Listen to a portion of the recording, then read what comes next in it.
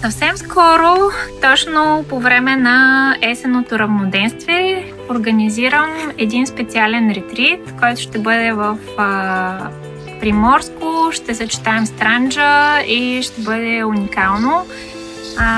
Това е възможност ние да направим една равносметка, така както се случва и по време на есента, когато събираме реколтите, виждаме в крайна сметка какво е родила нашата градина.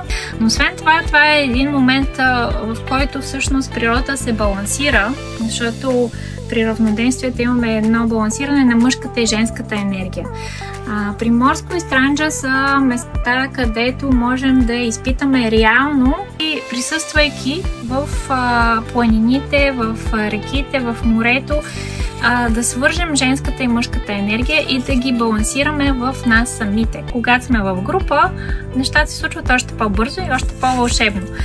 Ще има много различни практики, йога, медитации, звукотерапии, ще направим гонгове на много прекрасни места и както винаги ще има много осъзнавания за вас самите, за нас самите, за групата, за взаимоотношенията ни и това ще бъде просто една крачка в процеса ни на по-оцелостяване и духовно развитие. Така че ви очаквам!